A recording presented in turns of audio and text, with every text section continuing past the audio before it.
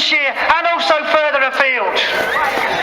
And Wales, they're all shouting out now. Wales, yes, we had someone from the other side of the world last time. I don't know if we can beat that. But we even have the mobile ECMO units at Glenfield that transports people from the other side of the country, sometimes even in a helicopter. Not just NHS England, but also the government behind them. Because the government tried to shield themselves behind NHS England. They tried to say it's an NHS decision, it's not us. But actually, at the end of the day, it is down to the government. We do have to put pressure on them. When the consultation is over, hopefully the health scrutiny committees will refer that to the Secretary of State. So it will be the Health Minister at the end of the day who will make the final decision if it comes to it. So all of these means are necessary, if you like. In some senses, 5 years ago, NHS tried to close our service down. That decision was taken to court, and it was decided that that decision was unlawful. It was also referred to an independent panel, and they said it was based on a flawed analysis of their data. And yet here we are, 5 years later, and they seem to be making the same decision. And the same people are behind it. We fought it off then, and we're going to have to fight it off again. Just this week, the public consultation was announced, and there are going to be 14 weeks, during which we will all be able to write to NHS England and tell them what we think. You can say what you like. NHS England tell us they are listening. They are not listening. They haven't listened.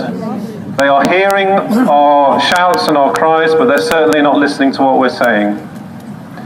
There's been almost a propaganda war waged against our service, trying to mudsling and bring it into disrepute.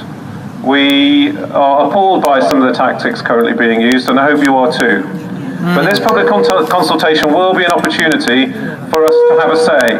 And as we've just heard, and we shouldn't be surprised if after the public consultation, NHS England continue with their plan and tell us that they're going to shut our service down. We can't stand for that. But just because they're not going to listen doesn't mean somebody else won't. And so we need to bear that in mind. Everybody here, friends, family, acquaintances, also need to have their say, so that at the end of the day, when the person making the ultimate decision, be that a judge, or be it an independent panel, or be it the Secretary of State, hears all our voices, and hears our arguments, and rejects this proposal. And he is a testament to the amazing care at Glenfield. Without Glenfield, he would not be alive today. If we didn't genuinely believe that Glenfield was the best place for any child to be, then we would not be standing here today, we would not have marched today, we would not have been handing in the petition at Downing Street on Thursday.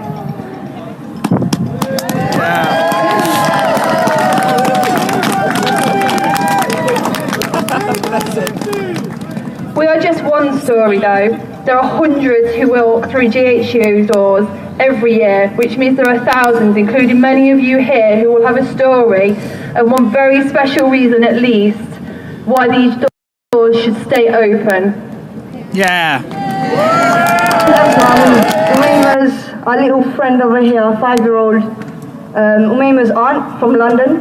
And I think what I want to say today is that thank you for coming out today. It is absolutely cold, freezing. Thank you to all those children who are having a little moan at their parents.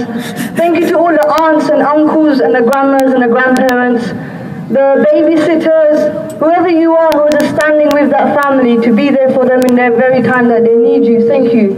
And for whatever you had to step over today to be here tonight, because we are going to fight. And we're not going to let them take this away from us, because it is our NHS. We pay for it, we're the stakeholders. So we have a say, and we're not going to say anything, not going to stay quiet about it. Yeah! And I think, thinking about where we were some years ago, and we fought them off, and we will fight them off again. So what I want to do and say to you is that keep going, don't let it come apart. And when you feel like your child's heart cannot take it any longer, beat for them and be there for them. Give them the love that they need, but give the love to the other children who are witnessing what what you are doing for that one child, and let us be a unit together. And I think what I want to make sure that we all say and unite in this is that actually we're not going to stay quiet, and we want to shout, and we're going to fight. So when I say, when they take our NHS away, what do? We stand and fight. When they touch our NHS, what do? Stand and fight! When they touch our NHS, what do? Stand and fight! When they touch our heart unit, what do? Stand and fight! When they touch our heart unit, what do? Stand and fight! When they touch our children's lives, what do? Stand and fight! Thank you so much for this opportunity. I'm going to ask Umayma to say something on behalf of herself and the family. What do we want? Save our children. Yeah! What do we want? Save our children. What do we want? Save our hospitals. Yeah! Sorry, that's fantastic. Well, that was absolutely. Friends, let no one tell you that there's not enough money. I mean, NHS England are trying to say, well, this programme that we're going to, and they always give it a fancy title, is nothing to do with cuts. That's nonsense. We know this is about the continued cuts that this government are perpetrating on our communities, in local authorities and in the NHS. And my message to the government is stop using your energy to attack our communities. Instead, plough that energy into making certain that the super rich and the corporate giants pay their tax bills like the rest of us.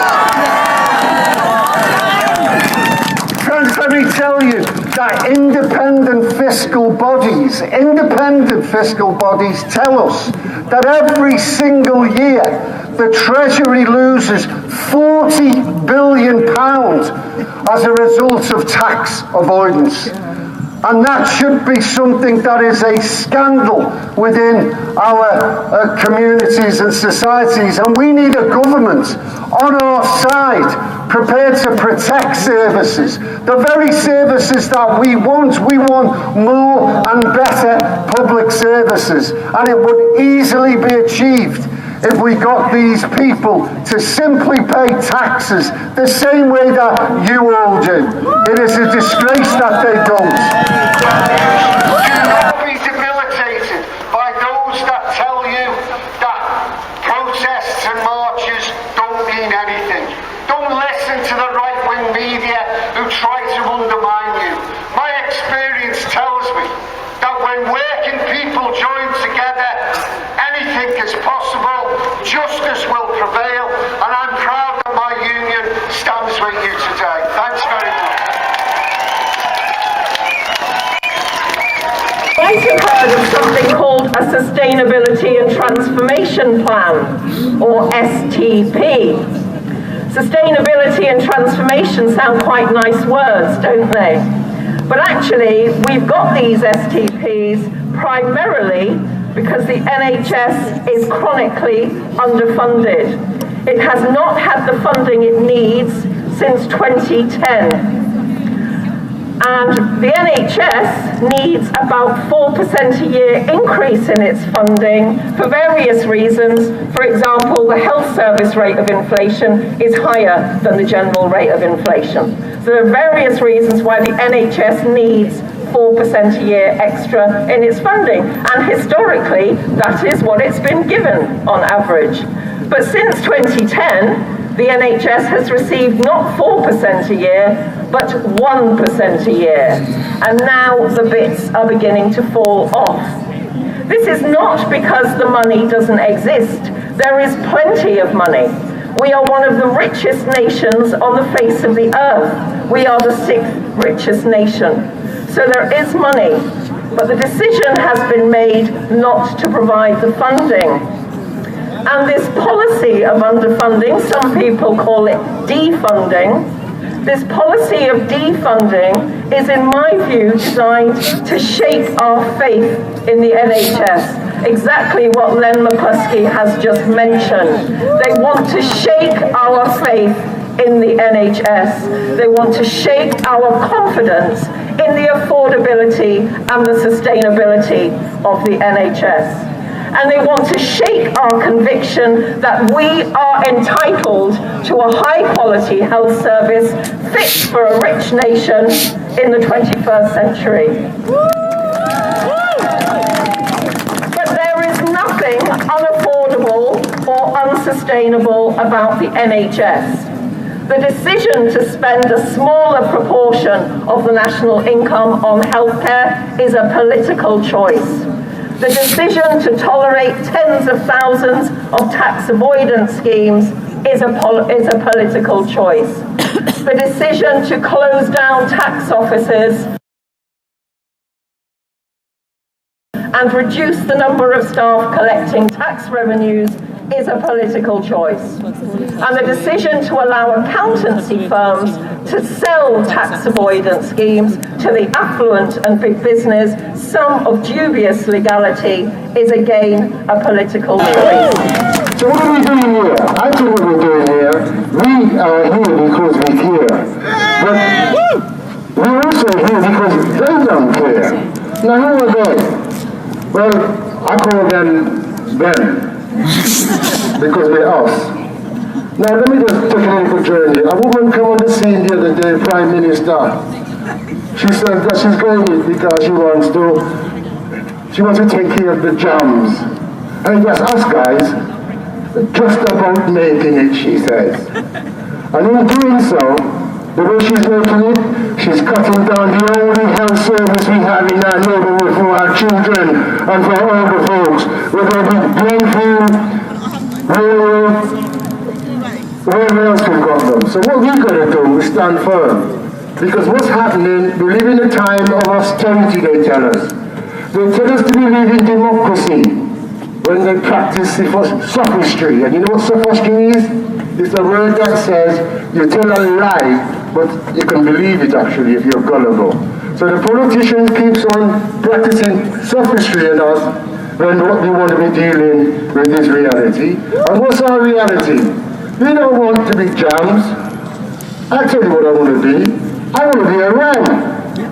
Now if a jam is somebody just about making it, I want to be really about making it. And we want Glenfield to be really about making it. Because it's powerful people. And so on. I'll make a few announcements before we finish. Thank you for coming and thank you for sticking it out to the end on this very cold day. It's been brilliant. And this is the beginning. I said that last time. It's not the end by any means. There are other things coming up that we need people to do to help in this campaign. There are buckets. The NHS England have booked a room at the Tigers ground for the only public meeting they appear to have organised for this consultation. So we need people to go to that on the 9th of March, 5 p.m. at the Tigers ground. Turn up, we'll fill the room, and then we'll fill the outside of the room. We want to make sure they know how we feel about this threatened closure. We want to take part in the consultation, as I said, but we also need to show our strength. As other speakers have said, this can't be disconnected to everything else that is happening in the National Health Service. All over the country, there's accident and emergency units being threatened. There's operations being delayed because of bed shortages. And yet, cutting Glenfield Heart Unit will only add to those problems. We will not accept that. We will fight to the end and we will win. Thank you very much for coming.